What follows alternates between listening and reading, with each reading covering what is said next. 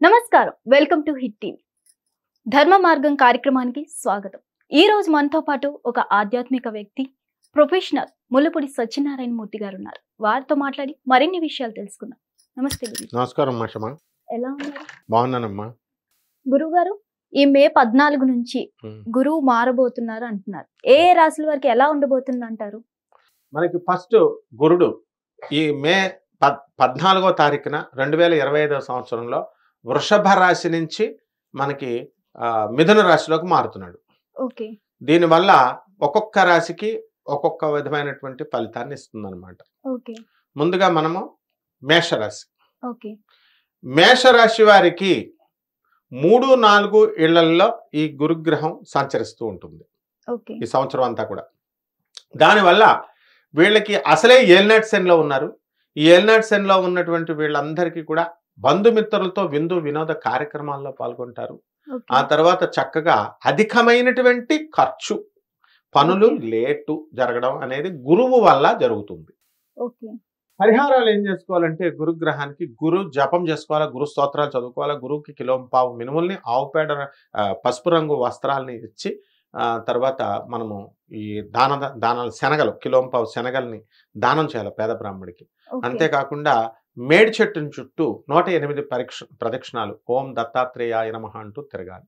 శ్రీ గురు చరిత్ర పారాయణ చేసుకుంటే సరిపోతుందమ్మా. మరి వృషభ రాశి వారికి ఎలా ఉండబోతుంది? వృషభ రాశి వారికి గురుడు ధనస్థానంలోకి వస్తున్నాడు. ఆ తర్వాత అక్టోబర్ 18 తర్వాత 3వ ఇంట్లోకి వెళ్తూ ఉంటాడు. కాబట్టి ఈ విధంగా మనకి అక్టోబర్ నెల వరకు అద్భుతమైనటువంటి ఆదాయం ఉంటుంది. టోటల్గా ఓవరాల్గా వృషభ రాశి వారికి బాగుంది. ఆ తర్వాత అక్టోబర్ 18 తర్వాత ఖర్చు ఎక్కువ చేస్తారు బంధుమిత్రు విందు వినోద కార్యక్రమాల్లో. పరిహారాలు ఏం చేసుకోవాలంటే వీళ్ళు ఈ యొక్క వృషభ రాశి వారికి అక్టోబర్ 18 నుంచి బాగుండలేదు కాబట్టి సేమ్ గురు జపం చేసుకోవాలా, గురు స్తోత్రాలు చదువుకోవాలా, గురువుకి కిలోంపావు శనగల్ని, తర్వాత మనం పసుపు రంగు వస్త్రాలని ఇచ్చి పేద బ్రాహ్మణులకి గురువారం నాడు ఉదయం 6 గంటలకి దానం చేసుకోవాలా. అదేవిధంగా మేడి చెట్టు ఒకదాన్ని చేసుకొని దాని చుట్టూ ప్రదక్షిణాలు చేసుకోవాలి. మరి మిథున రాశి వారికి ఎలా ఉండబోతుంది? మిథున రాశి వారికి ఇప్పుడు జన్మంలోనూ ధనస్థానంలోనూ రావడం జరుగుతుంది కాబట్టి చాలా బాగుంటుంది ఆదాయం అదేను. అంతేకాకుండా విదేశాలకు వెళ్ళాలి అని ప్రయత్నిస్తున్నటువంటి వాళ్ళంతా కూడా వాళ్ళకు విదేశాలకు వెళ్తారు. ఆదాయాలు అన్నీ కూడా పెరుగుతాయి.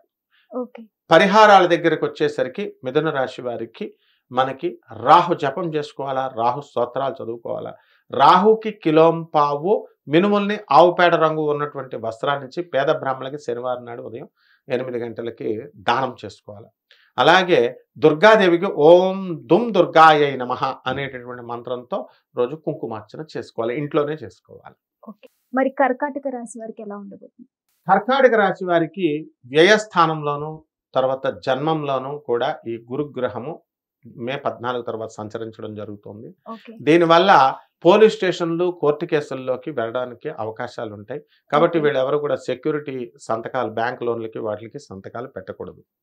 తర్వాత పరిహారాలు ఏం చేసుకోవాలంటే వీళ్ళు కర్కాటక రాశి వాళ్ళకి మనకి ఈ గురు జపం చేసుకోవాలా, గురు స్తోత్రాలు చదువుకోవాలా, గురువుకి కిలోంపావు శనగల్ని, పసుపు రంగు వస్త్రాలనిచ్చి పేద బ్రాహ్మణులకి శనివారం నాడు గురువారం నాడు ఉదయం 6 గంటలకి దానం చేసుకోవాలా.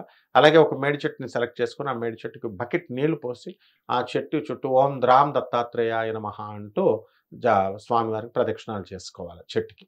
మరి సింహరాశి వారికి ఎలా ఉండబోతుంది? సింహరాశి వారికి వండర్ఫుల్ గా ఉంది. లాభంలో గురుడు, అందువలన ఈ యొక్క అక్టోబర్ 18 తర్వాత వ్యయంలోకి వస్తాడు. ఓవరాల్గా సింహరాశి వాళ్ళ పిల్లల కోసం ఫారిన్ యూనివర్సిటీస్లో అప్లై చేసుకున్న వాళ్ళకు కూడా సీట్లు వచ్చేసినాయి. కాబట్టి సింహరాశి వాళ్ళు ఏదనుకుంటే అది గురుబలం వల్ల జరిగిపోతుంది. అండ్ వీళ్ళకి కొంచెం ఈ యొక్క శని బాగుండలేదు కాబట్టి శని జపం చేసుకోవాలా, శని స్తోత్రాలు చదువుకోవాలా, శనికి కిలోంపావు నల్ల నువ్వుల్ని, నల్లని వస్త్రాన్ని ఇచ్చి పేద బ్రాహ్మణులకి శనివారం నాడు ఉదయం 8 గంటలకి దానం చేసుకోవాలా. అలాగే మరి దశమహావిద్యల్లో ఒకటైనటువంటి మహాకాళి అమ్మవారి యొక్క హోమాన్ని వీళ్ళు ఇళ్లలో జరిపించుకోవాలి. మరి కన్యా రాశి వారికి ఎలా ఉండబోతుంది అంటారు? కన్యా రాశి వారికి భాగ్యంలో ఉన్నటువంటి గురుడు రాజ్య లాభస్థానాల్లోకి మారడం అనేటటువంటిది జరుగుతుంది. కాబట్టి ఈ యొక్క గురు ప్రభావం వలన కన్యా రాశి వాళ్ళు భార్యాభర్తల మధ్య ఇంతవరకు చాలా కొట్లాటలు జరుగుతున్నటువంటి వాళ్ళంతా కూడా ఒక ఫుల్ స్టాప్ పెట్టేసుకొని వాళ్ళందరూ కూడా లైఫ్లో మళ్ళీ కలవడం అనేటటువంటిది జరుగుతుంది. వాళ్ళ మధ్య మనస్పర్ధలు అనేటటువంటివి తొలగిపోతాయి. ఇక పరిహారాల దగ్గరికి వచ్చేసరికి కన్యా రాశికి ఈ యొక్క శని సప్తమ స్థితిగతుడై ఉండడం వల్ల శని జపం చేసుకోవాలా, శని స్తోత్రాలు చదువుకోవాలా, శనికి కిలోం పావు నల్ల నువ్వుల్ని నల్లని వస్త్రాన్ని పేద బ్రాహ్మణులకి శనివారం నాడు ఉదయం 8 గంటలకి దానం చేసుకోవాలా.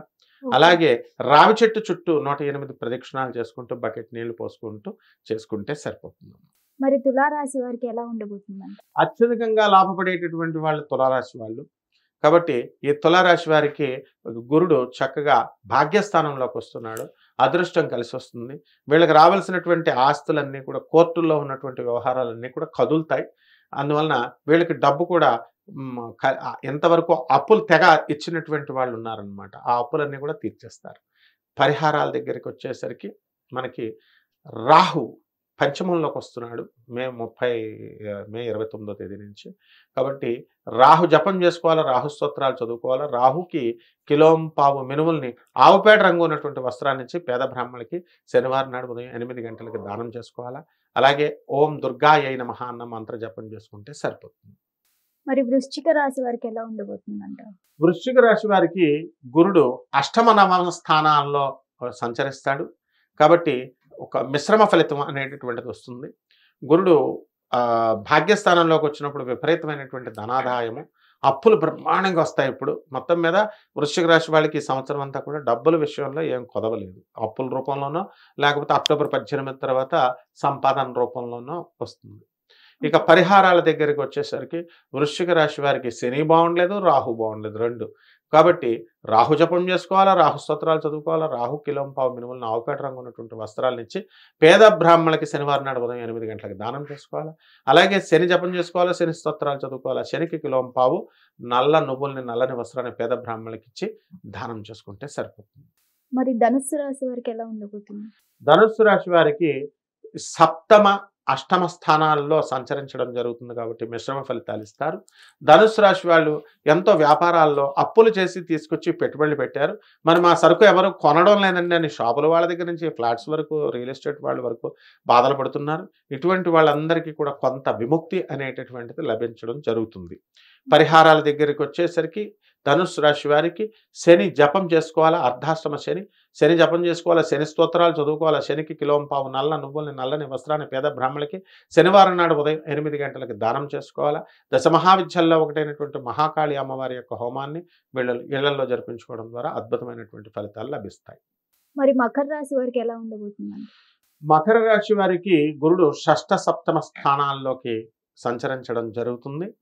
కాబట్టి ఈ యొక్క మకర రాశి వారు ఎంతవరకు భార్యాభర్తల మధ్య కొట్లాటలతో కోర్టుకు వెళ్ళిపోయారు గురుడు బాగున్నప్పటికీ కూడా. ఇప్పుడు ఆ గొడవలన్నీ కూడా విజృంభించి ఒకళ్ళొకడు విడాకులు తీసేసుకోవడానికి అవకాశాలు ఉంటాయి. అయితే ఆదాయాల విషయాల దగ్గరికి వచ్చేసరికి బ్రహ్మాండంగా ఉంటుంది. ఇన్కమ్స్ అన్నీ కూడా బాగా పెరుగుతాయి.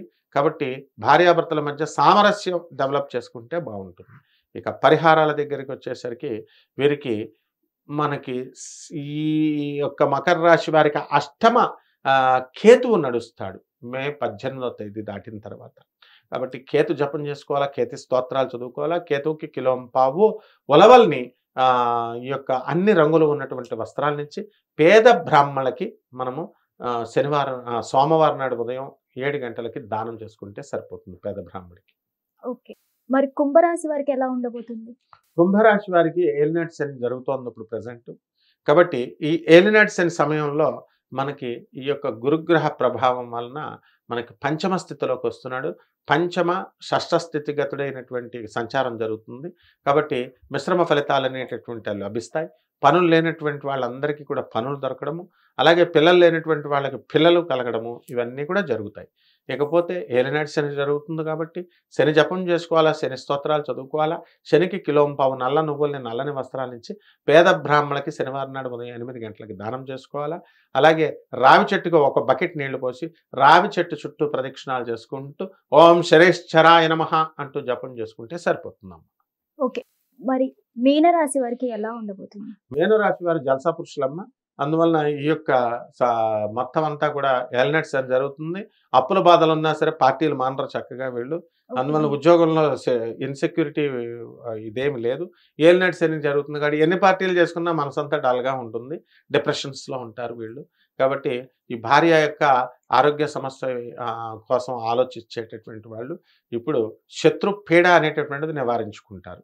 ఇక ఓకే. పరిహారాలు ఏలినట్స్ శని జరుగుతుంది కాబట్టి శని జపం చేసుకోవాలా, శని స్తోత్రాలు చదువుకోవాలా, శనికి కిలోంపావు నల్ల నువ్వుల్ని, నల్లని వస్త్రాన్ని ఇచ్చి పేద బ్రాహ్మణులకి శనివారం నాడు ఉదయం 8 గంటలకి దానం చేసుకుంటే సరిపోతుందమ్మా.